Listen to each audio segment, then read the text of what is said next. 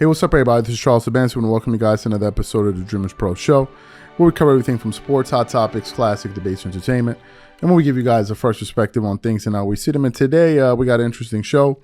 But before we get into it, please make sure you like the video and subscribe to the channel. Now, we've been producing a lot of content around ESPN, and there's a few reasons for that. Number one, ESPN is the worldwide leader in sports, so whenever there's news around them, a lot of people are going to want to know what's happening with them, number one. Number two, there really haven't been many stories in the off season. I mean, especially now when we're talking about like August, except, probably except from the ESPN story, maybe one or two other stories. So, whenever ESPN talks, is going to be, whenever something happens at ESPN, they're always going to make news. And of course, ESPN is connected to parent company Disney. So they always somehow find themselves in the loop. Now, ESPN made a lot of headlines because they fired a lot of high profile talent. They used to work at the network, to name a few, like Jalen Rose, Jeff Van Gundy, Keyshawn Johnson, Max Kellerman, Mark Jackson, and a plethora of other people that were fired from the network. But what happened? As you guys know, Michelle Beadle used to work at ESPN. She spent a number of years there. I think she was on Sports Nation there as well. She was pretty talented, pretty witty, pretty funny. Funny enough, she was a San Antonio Spurs fan, and she wasn't a big fan of Kawhi Leonard, especially the year he sat out where he didn't play, and while he was kind of in transition between San Antonio and the Toronto Raptors, right? So I remember some comments that she had about Kawhi Leonard. But a number of years ago, she left the network, and ever since then, she's kind of been doing her own thing.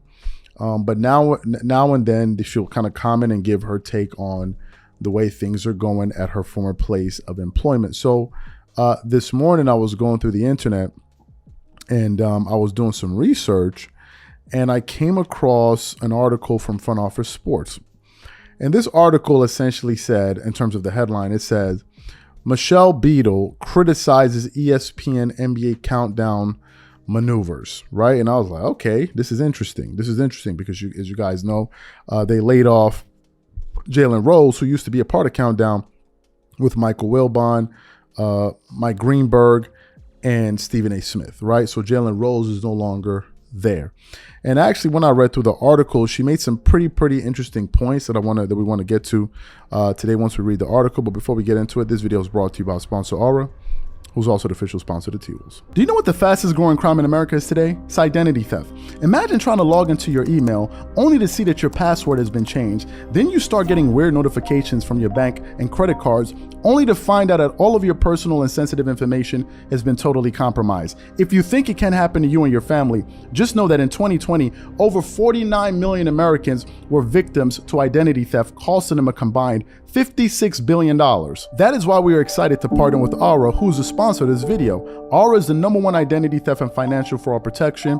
Aura monitors the dark web and alerts you if any of your passwords and accounts have been breached. And funny enough, after using Aura, I discovered some of my credentials were floating around in the dark web, and the app showed me exactly when and where the breach happened. In addition, Aura allows you to set spending alerts, and they'll notify you of any suspicious transactions. Aura is 4 times faster than any of its competitors in alerting you if someone is trying to open a credit card or obtain a loan using your name. And remember this, every 14 seconds, someone becomes a victim of identity fraud.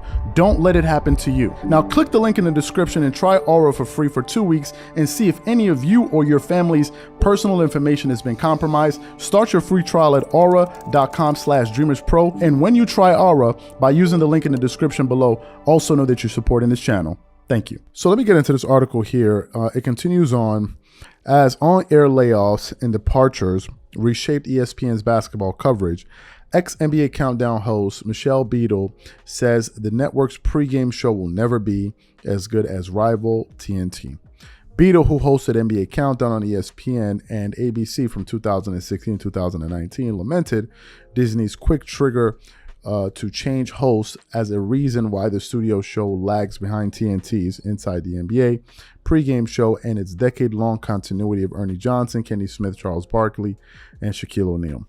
That position and that show has never been allowed to marinate, and it's sort of why you continue to see change, Beadle says. It's unfortunate And it's why TNT dominates, because they're allowed to marinate for a decade and the product gets better with year after year. So that's my simple take on what I observed while I was there at ESPN. Beadle, who's also co-hosted Get Up and Sports Nation during her 8-year tenure at ESPN, spoke to Front Office Sports while announcing her new basketball podcast with Amazon's Wondery Network. NBA Countdown has to find a replacement this upcoming season for analyst Jalen Rose, who had been on the show since 2012 and was laid off in June alongside ESPN cuts to fellow NBA broadcasters Jeff Van Gundy and Mark Jackson. It sucks when layoffs happen. It's a tough conversation that people try to have.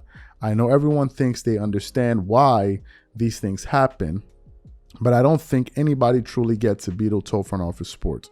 Since Shaq joined TNT in 2011 and the final mainstay on Inside the NBA Countdown has gone through 5 hosts who are no longer on the show.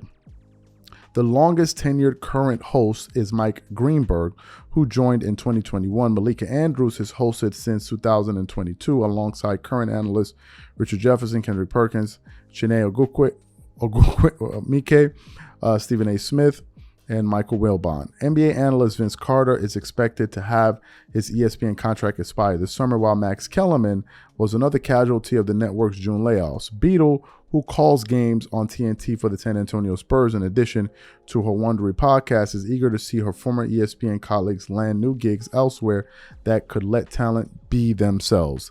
I love seeing people that I enjoy and respect and loved working with being released into the wild, Beadle said. And to be honest with you, I most of the time in a more free platform that they can be themselves, which is what I love. So you heard what the article had to say there. There are a lot of things that I want to cover. First of all, I was just watching, what is it? Not a documentary, but a piece that was done on Disney, right? Now, I'm not living in the States right now, although planning to move back next year. Still trying to figure out what state I want to move to. But anyway, if y'all have some suggestions, let me know. I'm from the East Coast, so y'all let me know. Anyway, I haven't been to the States in a while, but I've kind of been following what's going on in the States. I've been more focused on sports content because I'm so immersed in this. But Disney has been going through a lot of turmoil and drama.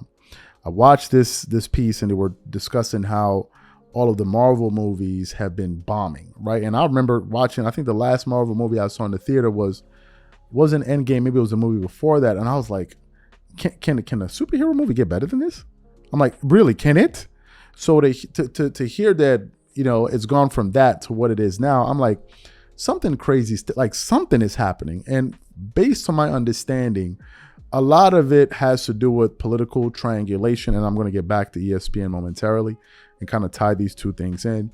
But essentially in this piece that I saw on YouTube, they were discussing that the major shareholder in Disney is BlackRock. And BlackRock is an investment firm that I think controls close to $10 trillion worth of assets globally. It's insane. It's insane.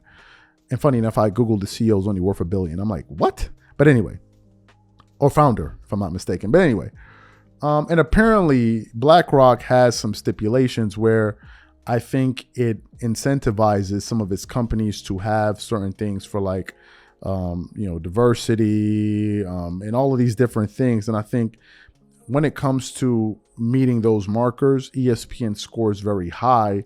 But I think, the byproduct of this is that it's turning off some of its viewers. Now, how does this tie back into ESPN? Because Disney is the one as the parent company. Well, she spoke about the importance of being able to kind of say what you think without fear of being scrutinized and things like this. And it took me back to a moment when Jalen Rose was forced to make a public apology for simply asking a question on ESPN Airways. What was the question? It was around the Ime Udoka scandal. And as you guys know, Ime Udoka was the front guy in that entire situation, although it was a consensual situation. And a lot of people were making all kind of crazy assumptions. Like, for example, he was the authority figure.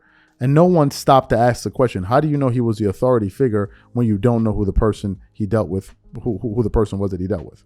People already kind of jumped to the conclusion. So actually, during the episode of NBA Countdown, Jalen Rose had the goal to ask the question, I don't understand why the person who was involved with Ime Udoka in this consensual relationship, why isn't her name being publicized, and why is it only him? That was his question. Moments later, Jalen Rose was forced to read an on-air apology where he essentially wrote, after doing my research, and I said to myself, hold up, you mean to tell me Jalen Rose did his research on this case during a commercial break? Are you kidding me? No, he was told to make that apology, which goes back to the point that Michelle Beadle was bringing up, where people at ESPN don't say what they really think. You're forced to kind of dance and play in this kind of small square, right? And if you color outside the lines, you're going to find yourself making a public apology. I was just listening to another report of not Dan Le Batard, Dan Patrick, talking about now he feels so liberated, and he's so liberated ever since he went out on his own. So why are so many people saying this about ESPN? Why are so many people saying this about the same person? Another question. You look at Stephen A. Smith on television. He's loud. He's screaming, hollering, doing all kind of crazy stuff. But when he's on his podcast, he's talking about a range of different things. He's a totally different person. He even curses on his podcast. So why can't you be that person on ESPN? And the question is, who are you? Are you the guy on TV, or are you the guy that we're watching on your podcast? Is it the same person, or is it a different person? Which one is an act? How do we know? Right? So this is what Michelle Beadle is talking about. Having a situation in which you can actually be yourself. Now, some people will say, man, this is that's fantastic. I mean, it sounds like something ideal. Yeah, to some, but not all, because there are a lot of people that will still love to be a part of the machine and be told what to say and how to say it and what to do. All right. So there are a lot of people that are not looking for that independence. There are a lot of people that like that steady kind of stream coming in. But I thought it was an interesting point. And I just want to say that it's a larger issue.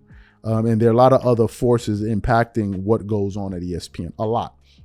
Because a lot of the things that you see at ESPN are taking place on a larger scale at Disney, right? And that has its own reasons as to why things are being skewed in a certain direction. So these are my thoughts and opinions. Whatever you guys think, please leave your thoughts in the comment section, and we catch you guys on the next show.